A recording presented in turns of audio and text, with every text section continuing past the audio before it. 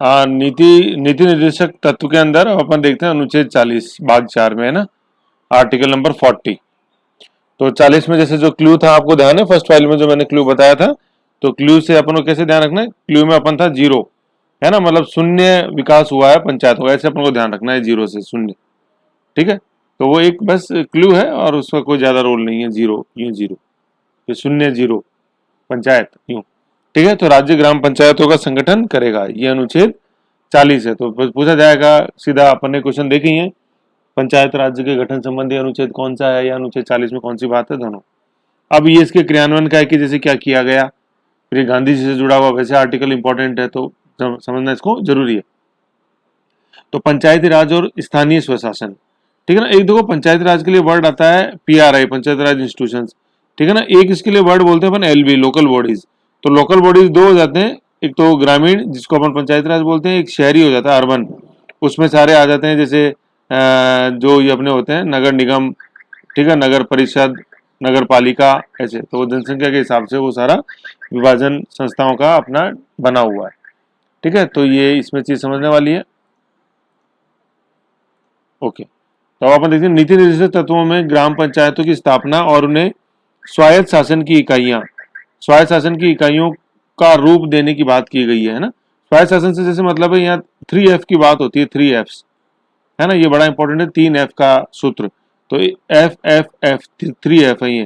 तो एक F तो है फंड, कि उन्हें फंड्स दिए जाने चाहिए राज्य की संचित निधि से।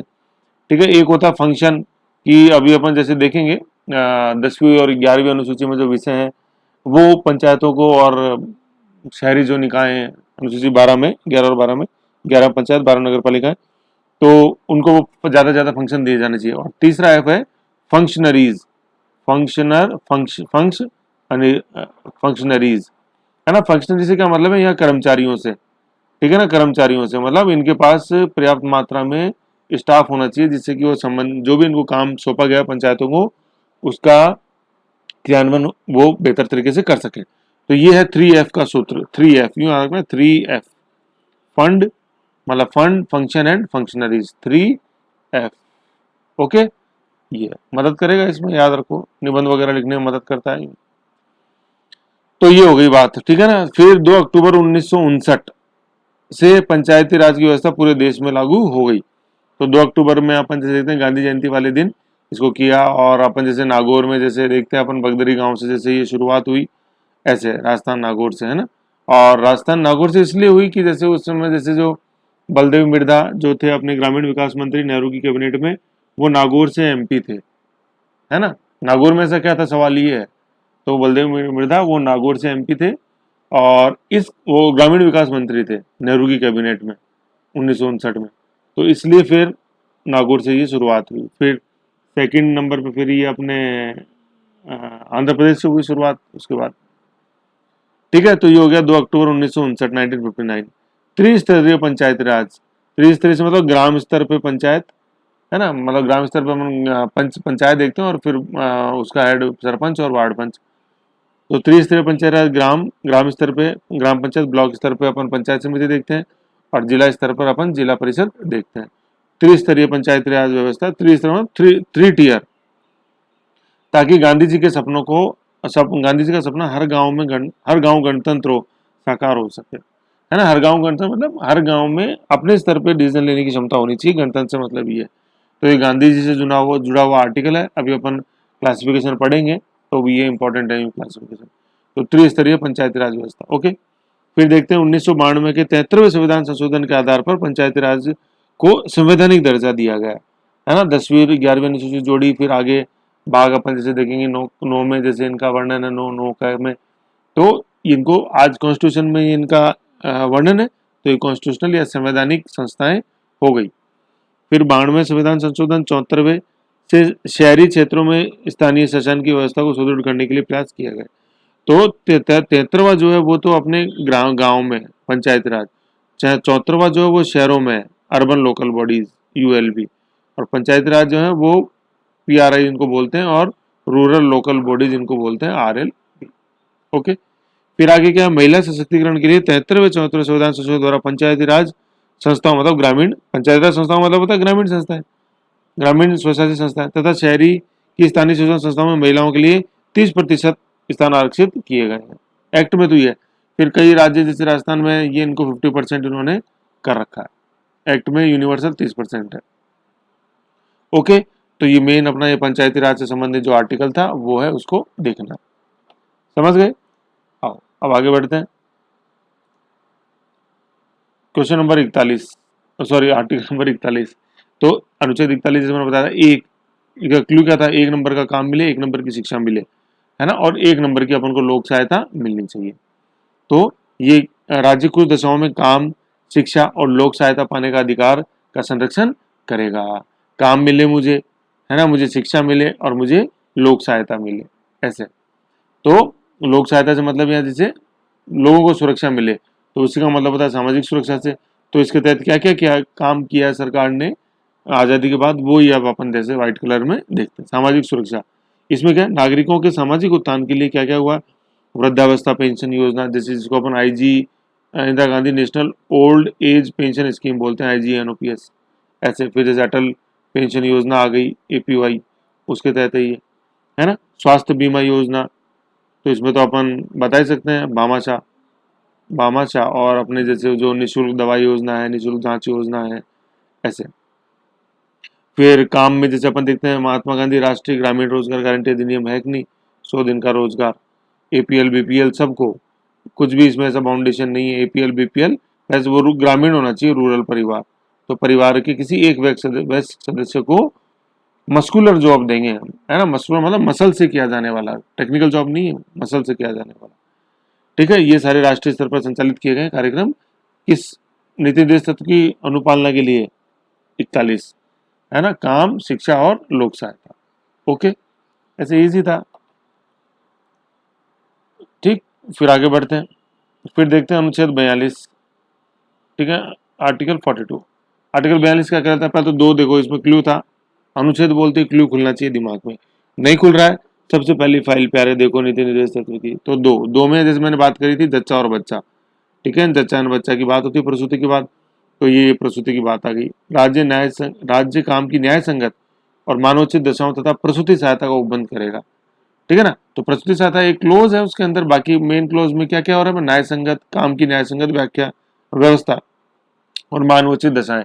तो काम की से क्या मतलब है यहाँ पे? जैसे मान लो किसी फैक्ट्री में कोई मजदूर काम कर रहा है, तो क्रॉस वेंटिलेशन की व्यवस्था उस फैक्ट्री में होनी चाहिए, पेयजल की व्यवस्था होनी चाहिए, कैंटीन की होनी चाहिए, शुद्ध हवा उनको मिल सके, है ना, छुट्टियों की पूरी उनकी व्यवस्था होनी चाहिए।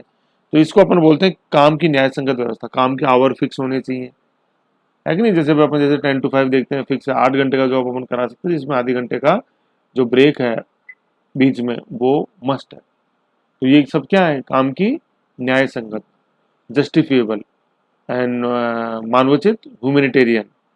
ठीक है ना, ये अपन को देखना है। तो ये इनके लिए, इनके अनुपालना के लिए सरकार ने क्या क्या किया आज़ादी के बाद? कारखाना अधिनियम बनाया 1948, फैक्ट्रीज एक्ट बड़ा इंपॉर्टेंट है। खान अधिनियम है, माइंस जैसे अपन देखते हैं, तो माइंस का जैसे कैसे रख रखाव हो अच्छा। ठीक है ना, जैसे अपन जैसे देखते हैं मानसून में कई खाने बंद हो जाती हैं, एहतियातन कर देती सरकार उनको, जैसे जिंकी अपने देवारी वगैरह में, उदयपुर में, तो ताकि उनमें कोई दुर्घटना नहीं हो, है ना। वो काला सोना आपने मूवी देखी होगी अमिताभ बच्चन वाली, उसके अंदर काफी जो एक दयनीय स्थिति होती है खान श्रमिकों की, वो अपन ने देखा ही है। फिर अपने श्रमिक कल्याण योजना, खान श्रमिक कल्याण योजना चलाई गई है। आया था RS में इसमें सवाल, IAS में आया था आई थिंक। RS में भी थोड़ा एक ग्रुप था श्रमिक कल्याण योजना, तो वो सारा ये श्रमिक ही था, खान अधिनियम। फिर औद्योगिक विवाद अधिनियम है, तो ये बड़ा है, कॉन्ट्रैक्ट लेबर से ये जुड़ा हुआ है। इंडस्ट्रियल डिस्प्यूट एक्ट है कि नहीं, आज़ादी के समय, आज़ादी से पहले का भी बना था, तो बाद में अमेंड हुआ था। तो ये सब बातें हैं। प्रसूति प्रसूति प्रसुविधा अधिनियम, है ना, प्रसूति प्रसुविधा अधिनियम, ये इसमें क्या है? जैसे अपने डिलीवरी के समय जो मैटरनिटी लीव्स का जो प्रावधान है, 6 महीने 4 महीने, वो। फिर इंस्टीट्यूशनल डिलीवरी की बात की गई, संस्थागत डिलीवरी, मतलब पहले घर पे जो दाई वगैरह आती थी वो आज बहन है ना? संस्था में आपको डिलीवरी होनी है, चाहे वो गांव के अंदर PHC होती है, CHC होती है, या कोई स्टेट लेवल का हॉस्पिटल है जैसे SMS, ऐसा। PHC गांव स्तर पे होती है, CHC जो होती है कम्युनिटी हेल्थ सेंटर, वो ब्लॉक स्तर पे होता है। और फिर अपन स्पेशलिस्ट हॉस्पिटल देखते हैं या टर्शियरी हॉस्पिटल देखते हैं, वो SMS हॉस्पिटल है। फिर कुछ स्पेशलाइज्ड हॉस्पिटल होता है, जैसे कैंसर के लिए महावीर कैंसर है कि नहीं, ब्रेन के लिए अलग, न्यूरो के लिए अलग, ऐसे ऐसे वो स्पेशलाइज्ड हॉस्पिटल हो जाते हैं। और स्टेट लेवल पे जो होता है उसको टर्सरी TER टर्सरी हॉस्पिटल बोलते हैं, TERTITARY। ब्लॉक स्तर पे जो होता है वो CHC कम्युनिटी हेल्थ सेंटर सामुदायिक। ग्राम स्तर पर जो होता है वो PHC प्राइमरी हेल्थ सेंटर प्राथमिक स्वास्थ्य केंद्र, ऐसे है ना। तो उन सब के अंदर ये डिलीवरी आज होनी चाहिए। फिर जैसे सहायता आपने देखा ही होगा, जननी कार्ड बनता है, सारा टीके वगैरह सब लगते हैं बच्चे को, ऐसी सारी व्यवस्था वहाँ होती है गवर्नमेंट हॉस्पिटल में। तो ये अनुच्छेद 42 था, न्याय काम की न्याय संगत और मानवोचित दशा तथा प्रसूति सहायता का उपबंध करेगा कौन? राज्य, स्टेट। स्टेट की डेफिनेशन वही है जो आर्टिकल 12 में लिखी हुई है, ये ऐसे अनुच्छेद 36 में लिखा हुआ, 36 और 12 एक ही चीज है। ओके, फिर अपन पढ़ते हैं अनुच्छेद 43, राज्य कर्मकारों के लिए निर्वाह मजदूरी, है ना। कर्मकार क्या होते हैं? वर्कर्स के लिए निर्वाह मजदूरी एवं कुटीर उद्योग। तो क्लू क्या था देखो, 43 था, 43 है ना, तीन तीन आ रहा है, तीन तो तीन से था क्या? टीन। तो टीन शेड मैंने बताया था, टीन शेड होता है, टीन शेड, टेंट जिसको अपन बोलते हैं, टीन शेड। तो उसके नीचे ही कर्मकार काम करता है, काम कर रहा था, उसको निर्वाह मजदूरी मिलनी चाहिए। जैसे कोई भी चीज बना रहा है टेंट शेड के नीचे बैठ के, है ना। और टीन शेड में अपन कुटीर उद्योग देखते हैं। कुटीर उद्योग के पास, बेचारों के पास कहाँ पैसे हैं कि वो छत डलवाए, है, मल्टी स्टोरी बिल्डिंग बनवाए कुटीर उद्योग? नो, टीन शेड डाल लो, अपना काम करो, मस्त रहो, है ना। तो टीन शेड में निर्वाह मजदूरी मिलनी चाहिए और टीन शेड में ही कुटीर उद्योग चलते हैं, ये क्लू है। ठीक है, तो राज्य क्या कर्मकारों को निर्वाह मजदूरी मिले, जिसको अपन मिनिमम वेज एक्ट बोलते हैं ना, MWA, ऐसे, वो इसी के तहत है अनुच्छेद 43, निर्वाह मजदूरी और कुटीर उद्योगों को प्रोत्साहन। तो इसके इम्प्लीमेंटेशन अनुपालन के लिए सरकार ने क्या क्या किया आज तक? न्यूनतम मजदूरी अधिनियम 1948 का, मिनिमम वेज एक्ट, मजदूरी संध्या अधिनियम, वर्कर्स कंपनसेशन है कि बाई चांस जैसे अगर वो काम पे नहीं आ पा रहा है तो पेड हॉलीडेज का प्रावधान है, प्राइवेट गवर्नमेंट दोनों के अंदर। कोई चोट लग गई तो उसका प्रावधान है। बोनस संध्या अधिनियम, है ना, कि बोनस पे करने का है, जैसे नॉन गस्टेड कर्मचारियों का भी अपन देखते दिवाली बोनस मिलता ही है। रेलवे का कई बार मुनाफा होता है तो रेलवे बोनस डिक्लेयर करता है, ऐसे। तो ये सारी बातें हैं निर्वाह मजदूरी से, लिविंग वेजेस है, ठीक है ना, ऐसे। फिर ये हो गया। चलो मैं बता दूंगा आगे, कॉन्सेप्ट हो रहेगा आगे, ठीक है ना। फिर अपन आगे देखते हैं खादी एवं ग्राम उद्योग बोर्ड, ठीक है ना, ये कुटीर उद्योगों के लिए है। खादी एवं ग्राम उद्योग बोर्ड, खादी एवं ग्राम उद्योग आयोग, है ना, लघु उद्योग बोर्ड, राष्ट्रीय लघु उद्योग निगम, हैंडलूम, जैसे अपन देखते हैं हैंडलूम, हथकरघा बोर्ड, फिर ये कोमा है यहाँ पे, ये कोयर बोर्ड। कोयर का मतलब होता है जैसे नारियल जो अपन देखते हैं, जूट, नारियल जैसे आपने जैसे देखा होगा, पहले हरा होता है जिसमें पानी होता है, फिर जिसको अपन खाते हैं जैसे वो सूख जाता है तो उसके ऊपर जटाएं बन जाती है, तो उसको बोलते हैं अपन कोयर। कोयर बोर्ड, फिर कोमा, फिर सिल्क बोर्ड आदि को की ग्रामीण क्षेत्रों में कुटीर उद्योग विकास के लिए स्थापना की गई है। तो खादी ग्रामोद्योग बोर्ड इसके अंदर सबसे इंपॉर्टेंट है, ठीक है ना। तो ये अनुच्छेद 43 के तहत जितने भी प्रोविजंस किए गए हैं, तो ये सब किसके लिए है? ये सब है कुटीर उद्योगों के प्रोत्साहन के लिए।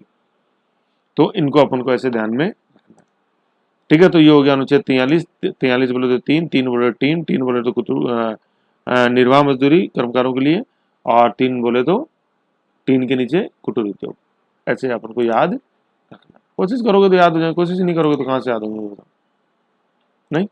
फिर आ जाओ 43 का है। तो 43 में जब कर्मकारों की बात है तो ऑब्वियस बात है, 43 के में भी कर्मकारों की बात होगी, कैसे कर्मकार। तो इसमें क्या है कि राज्य उद्योगों के प्रबंधन में कर्मकारों का भाग लेना सुनिश्चित करेगा। उद्योगों के प्रबंधन में मतलब उद्योगों के जैसे जो मैनेजमेंट बोर्ड होता है, जैसे board of executive, board of directors जो अपन बोलते हैं, उसके अंदर भी कुछ लेबर्स के रिप्रेजेंटेटिव्स होंगे, प्रतिनिधि होंगे, जिससे कि वो बोर्ड ऑफ डायरेक्टर कोई भी ऐसा काम नहीं करे जिससे कि मजदूरों का हित मारा जाता हो। ओके, ये अपन ने कब जोड़ा? ये 42वें संविधान संशोधन 1976 इंदिरा गांधी सरकार द्वारा जोड़ा गया, कांग्रेस सरकार द्वारा। तो इसके क्रियान्वयन के लिए क्या बना हुआ है? व्यवसाय संघ अधिनियम, है ना। तो इसमें अपन जैसे देखते हैं ट्रेड यूनियन एक्ट, ये 1914। फिर जैसे अपन जो सब कुछ देखते हैं ना, जैसे अपन मैं आपको बताऊं, जैसे फिक्की देखते हैं, federation of Indian chamber of commerce and industries, FICCI, फीका नहीं है, फिक्की है, फीफा भी नहीं है, फिक्की। फिर CII है, चैम्बर ऑफ इंडियन इंडस्ट्रीज, ठीक है। एसोचैम है, associate chamber of commerce, ASSOCHAM, सब अपन दर्पण में पढ़ते हैं करंट में। फिक्की, एसोचैम, एक और रहेगा फिक्की, CII, एसोचैम, अच्छा ये तीन ही है, फिक्की, CII, एसोचैम, है ना। तो ये सब ये क्या है, ये सब ये तो एक्चुअली ये क्या है, फिक्की एसोसिएशन ये वगैरह, ये तो उद्योगपति जो होते हैं ना, उद्योगपतियों के ये संघ है ये, ठीक है ना, उद्योगपतियों के, जैसे उसमें टाटा बिरला गोदरेज ये सब आते हैं। और जो ट्रेड यूनियन जो अपन देखते हैं ना, मजदूर संघ, उसमें क्या था, जैसे भारत मजदूर संघ, आज हर एक पॉलिटिकल पार्टी का अपना एक ट्रेड यूनियन है, जैसे भारत मजदूर संघ है ना, फिर इंडियन मजदूर संघ है IMS, ठीक है, फिर जैसे C2 है, central Indian trade union Congress, ये अपने जो माकपा जो है कम्युनिस्ट उनका है, ठीक है ना, ये सारे मजदूर संगठन है। तो इनके अंदर मजदूर जैसे जो है वो सब एक है, ठीक है। तो मजदूर मजदूर एकता जिंदाबाद ये सब वो नारे लगाते हैं, ठीक है ना। और फिक्की CI ये उद्योगपतियों के संघ है, जिनको अपन गिल्ड्स भी बोलते हैं। जो प्राचीन भारत में जो गिल्ड्स था ना, एक श्रेणी व्यवस्था, तो ये श्रेणी व्यवस्था, उद्योगपति अपने आप को ऑर्गेनाइज रखते थे श्रेणी व्यवस्था में। प्राचीन भारत में पढ़ेंगे अपन, गिल्ड्स क्या होती थी, विभिन्न जाति के लोग जो एक ही कार्य करते थे, ठीक है ना, कार्य से गिल्ड्स परिभाषित होती थी, कि जैसे हाथी दांत का काम करने वाली गिल्ड्स, जिसको अपन आइवरी बोलते थे, आइवरी कास्टिंग, ठीक है, तेल मिल, तेल निकालने वालों की श्रेणियां, तो उसमें हर जाति, हर वर्ण के लोग एक गिल्ड के अंदर थे, ठीक है ना। गिल्ड का कोई भी जाति व्यवस्था से लेना देना नहीं था, वर्ण व्यवस्था अलग थी। तो एक गिल्ड के अंदर हर वर्ण का व्यक्ति हो सकता था, बशर्ते उस गिल्ड का जो काम है श्रेणी का, जैसे वो हाथी दांत पे नक्काशी का काम करती है, तो उस व्यक्ति को वो काम आना चाहिए, बस बात इतनी सी है ये, है ना। तो ऐसे ये फिक्की CI एसोसिएशन है। और 43 का जो संबंध है वो मजदूर संगठनों से है, जिसमें भारत मजदूर संघ, इंडियन मजदूर संघ, C2 ऐसे, रेड ट्रेड यूनियन कांग्रेस होती है ऐसे, ठीक है। तो ये था अनुच्छेद 43 कै, प्रबंधन में कर्मकारों की भूमिका, इंदिरा गांधी द्वारा जोड़ा गया। ओके ओके, अब अपन देखते हैं 43 ख। तो ख से अपन ने क्या देखा हुआ है, ख से खान, तो खानों के जैसे जो उद्योग संसाधन है उनका सहकारिता के सिद्धांत पे उपयोग होना चाहिए। सहकारिता क्या बोलती है, सब एक के लिए और एक सबके लिए, ठीक है। तो इसमें बोलता है कि सहकारी संस्थाओं का उन्नयन होगा। ये कब जोड़ा गया, 97 संविधान संशोधन द्वारा 2011 के अंदर ये जोड़ा गया, UPA सरकार द्वारा, मनमोहन सिंह जिसमें प्रधानमंत्री थे। बड़ा इंपॉर्टेंट है, इस फ्री में आया था अपने 13 में 11 में, है ना, सहकारी समितियां। अब लेकिन रोल यह आता है कि यार सहकारी समितियां ऐसे क्या करेंगे, है ना। तो सहकारी समितियां एक्चुअली देखो होता क्या है, इसके अंदर एक तो इसका जो आदर्श वाक्य है कि एक सबके लिए और सब एक के लिए, ये तो इसका आदर्श वाक्य है। फिर दूसरा क्या है इसका बेनिफिट, कि इसको चलाने वाले जो होते हैं ना वो इसके मेंबर्स ही होते हैं, इसमें कोई बाहर का व्यक्ति नहीं होता, ठीक है। तो जो भी इसके प्रेसिडेंट वगैरह होते हैं वो उनके मेंबर्स में वो चुने जाते हैं प्रेसिडेंट। तो इसमें जैसे अपन जैसे देखते हैं कि ये लोकतंत्र का ही एक रूप है, जिसमें अपन जैसे ग्रामीण या रूट लेवल पे, बिल्कुल स्तरीय मतलब रूट लेवल पे लोकतंत्र की अपन इससे परिभाषा देख सकते हैं, ठीक है। तो इसमें सरकार के जैसे जो विभिन्न फंक्शन है वो कई बार सहकारी समितियां, जैसे अपन देखते हैं कोऑपरेटिव का अच्छे से एग्जांपल मैं आपको बताऊं, जैसे अपने ये सरस डेयरी चल रही है, कोऑपरेटिव पे चलती है, ठीक है। जो हथकरघा संघ है वो कोऑपरेटिव पे चलते हैं। कई कोऑपरेटिव बैंक हैं, जैसे अपेक्स कोऑपरेटिव बैंक, आप जैसे देखते हो जवाहरलाल नेहरू गार्डन जो है ना, नेहरू गार्डन जो अपने टॉक फाटक उसके सामने कोऑपरेटिव सोसाइटीज होती है, जैसे दुगध है। अमूल जो अपन जैसे देखते हैं ना, Anand milk union limited, Amul दूध पीता है इंडिया, एक gift for someone you love, Amul chocolate, Anand Gujarat, दूध की गंगा बहती जाए, हमारा आनंद मूवी आपने देखी होगी, ठीक है ना। तो वो आनंद अमूल जो है वो किसका एग्जाम्पल है, वो कोऑपरेटिव यूनियन का ही एग्जाम्पल है, कोऑपरेटिव सोसाइटीज का ही, है कि नहीं, ऐसे समझ गए। तो ये अमूल हो गया, अपने राजस्थान के अंदर सरस दूध है, कोऑपरेटिव बैंक्स हैं, कोऑपरेटिव सोसाइटीज होती हैं, हाउसिंग कोऑपरेटिव सोसाइटी होती हैं जो कॉलोनियाँ डेवलप करती हैं और फाइनेंस में जुड़ी हुई हैं। महिला सहकारिता बैंक, अपेक्स बैंक मैंने आपको बताया, इसमें PLD भी होते हैं, primary land development bank, SLD भी होते हैं, स्टेट लेवल डेवलपमेंट बैंक, और CCB होते हैं, कोऑपरेटिव कॉमर्शियल बैंक, ऐसे ये सब भूमि विकास बैंक इनको अपन बोलते हैं, भूमि विकास bank, LDBs, land development bank, है ना, भूमि विकास बैंक, भूमि विकास बैंक, और इंग्लिश में इनको बोलते हैं लैंड डेवलपमेंट बैंक, ऐसे कोऑपरेटिव सोसाइटी से जुड़ी हुई है। जैसे आप RS में जैसे आओगे तो स्टेट सर्विस में तो राजस्थान कोऑपरेटिव सर्विसेज है, तो उसमें assistant director, assistant registrar, deputy registrar आप बनते हो, जो रजिस्ट्रार, और उसी में फिर अलाइड में जैसे ऑडिट में आते हैं तो कोऑपरेटिव इंस्पेक्टर बनते हैं जैसे। तो उसमें दो तरह के होते हैं, audit and executive, executive field में होते हैं, ऑडिट ऑडिट का काम करते हैं। तो ये है सारी सहकारी सहकारी समितियां, कोऑपरेटिव ऑर्गेनाइजेशन। ये मेन तो जैसे रूस से लिया हुआ कॉन्सेप्ट है, रूस और जर्मनी के अंदर, काफी सफल हुई हैं सहकारी संस्थाएं। समझ गए, ऐसी चीज थी। ओके, फिर क्या है, फिर आगे देखते हैं। अनुच्छेद 43 हो गया। तो 43 ख खान से याद रखना सहकारी समिति। 43 हो गया ना। 43 के बाद अब आता है यूनिफॉर्म सिविल कोड। ठीक है, अब अपन नेक्स्ट देखते हैं यूनिफॉर्म सिविल कोड।